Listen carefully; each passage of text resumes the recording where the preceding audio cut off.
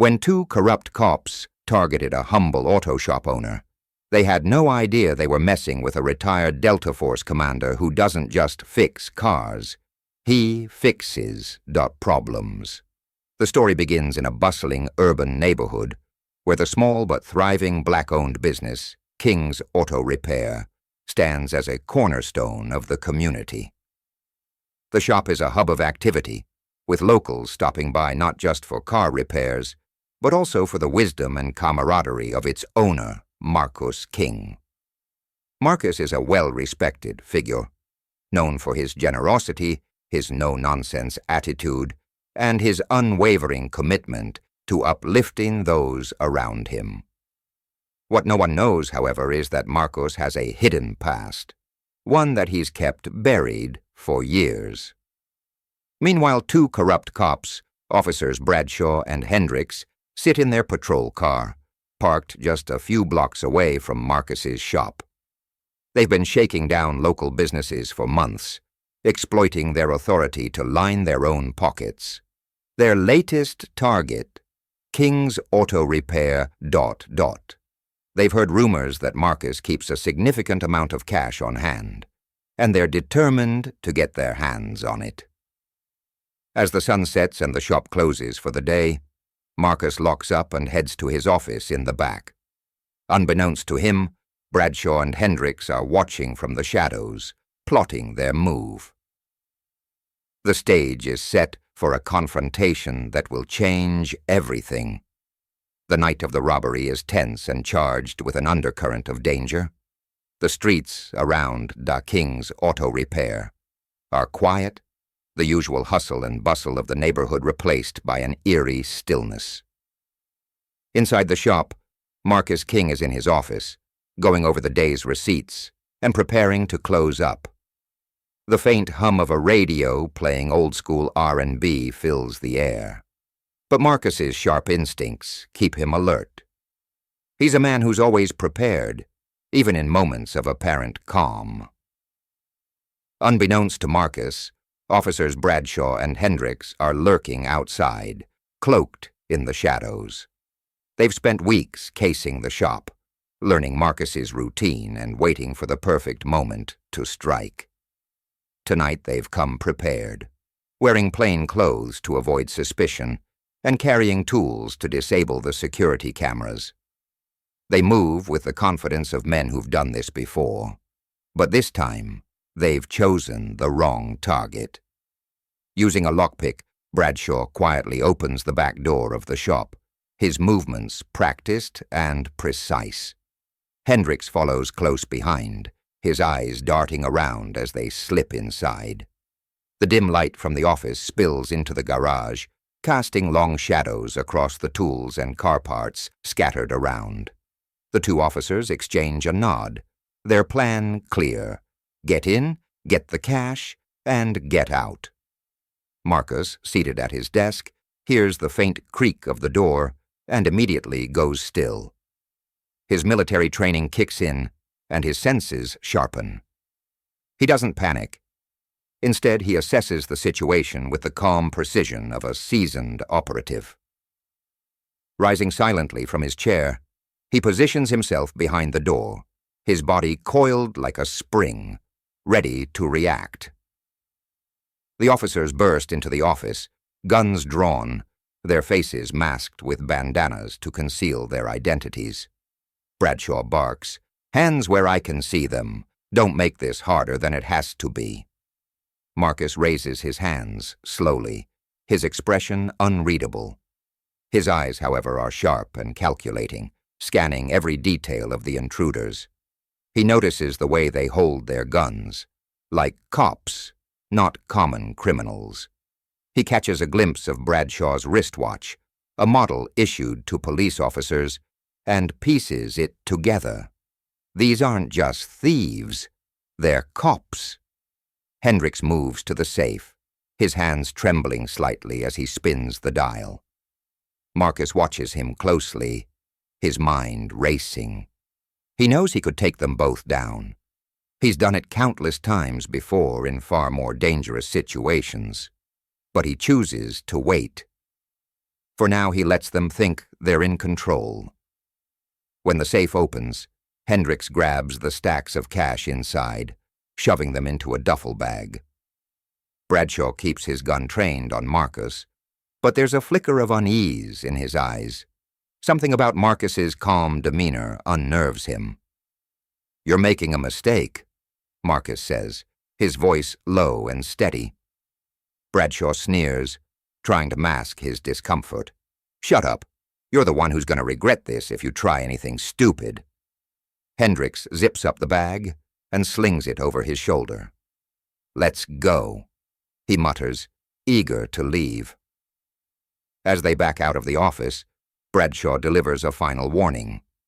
"If you call the cops, we'll make sure your business burns to the ground. You understand?" Marcus doesn't respond. He simply watches as they disappear into the night, his expression hardening. The moment they're gone, he moves quickly, locking the doors and pulling out a hidden phone from a compartment in his desk. He dials a number he hasn't used in years, his voice calm but firm as he speaks. "It's King. I need backup." The line goes silent for a moment before a voice responds. "Copy that. We're on our way." Marcus hangs up and sits back in his chair, his mind already strategizing his next move. The robbery was just the beginning. What Bradshaw and Hendricks don't realize is that they've awakened a sleeping giant, and Marcus King doesn't take kindly to being threatened.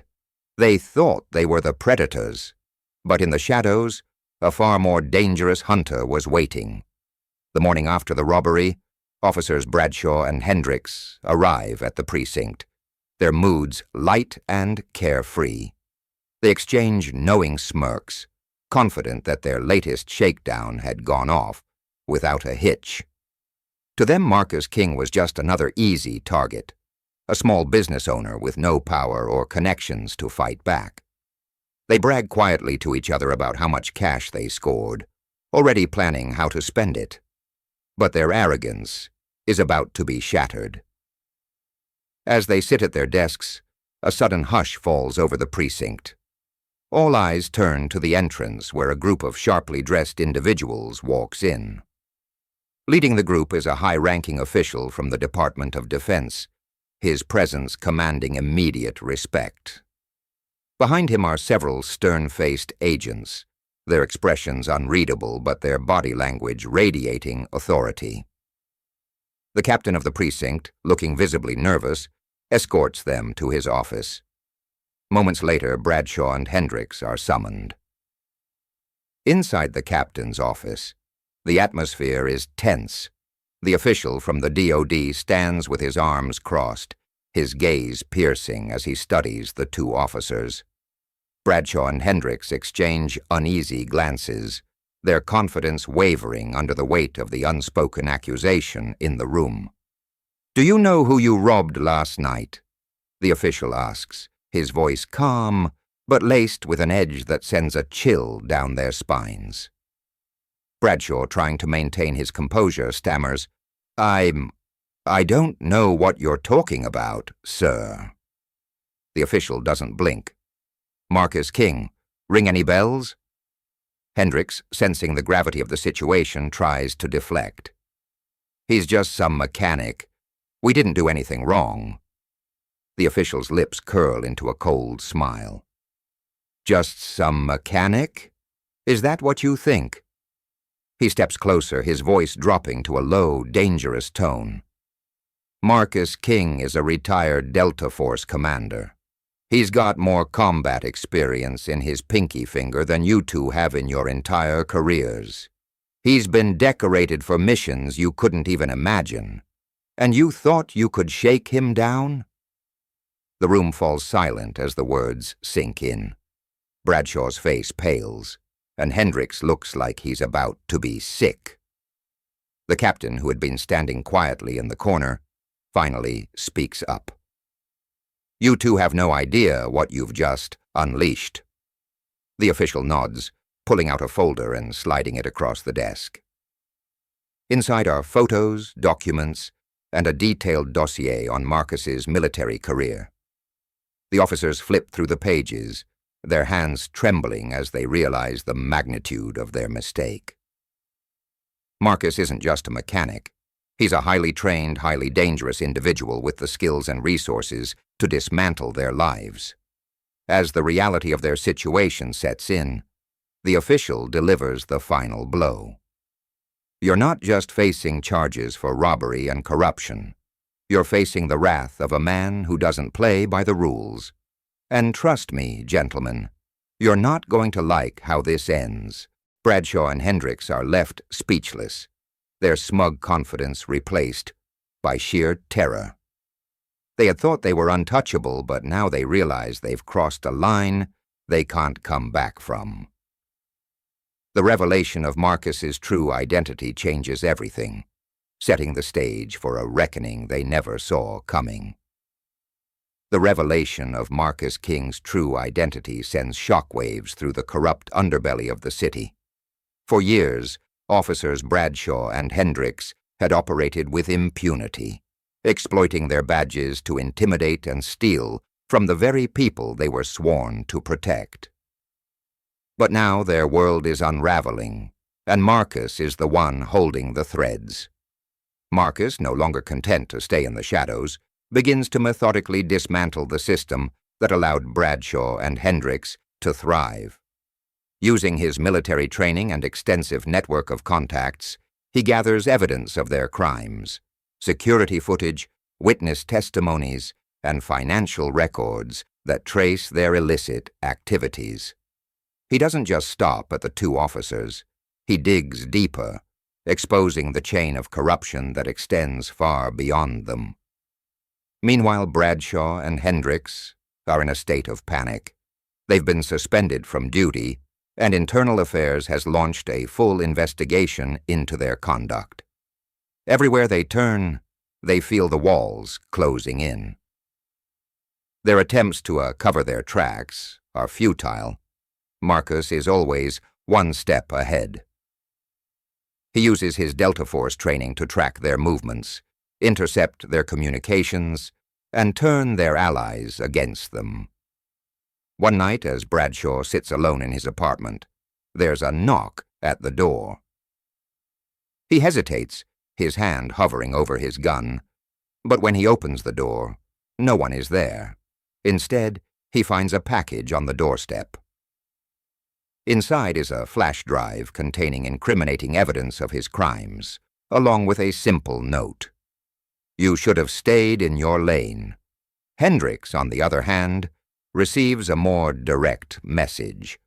While walking to his car after a tense meeting with his lawyer, he's ambushed by a group of masked men. They don't hurt him, physically at least, but they leave him with a warning. Marcus King sends his regards. As the pressure mounts, the two officers turn on each other, each trying to save themselves by throwing the other under the bus. Their once unbreakable alliance crumbles under the weight of Marcus's relentless pursuit of justice. The final blow comes when Marcus presents his evidence to the media. In a carefully orchestrated press conference, he reveals the extent of the corruption within the police department, naming names and providing irrefutable proof. The public outcry is immediate and overwhelming. Protests erupt, demanding accountability and reform. Bradshaw and Hendricks are arrested, their badges stripped, and their futures destroyed. But Marcus doesn't stop there. He ensures that every corrupt official, every dirty cop, and every enabler is brought to justice. His actions spark a citywide reckoning, forcing the system to confront its flaws and begin the long process of rebuilding trust with the community. In the end, Marcus returns to his auto shop, his mission accomplished.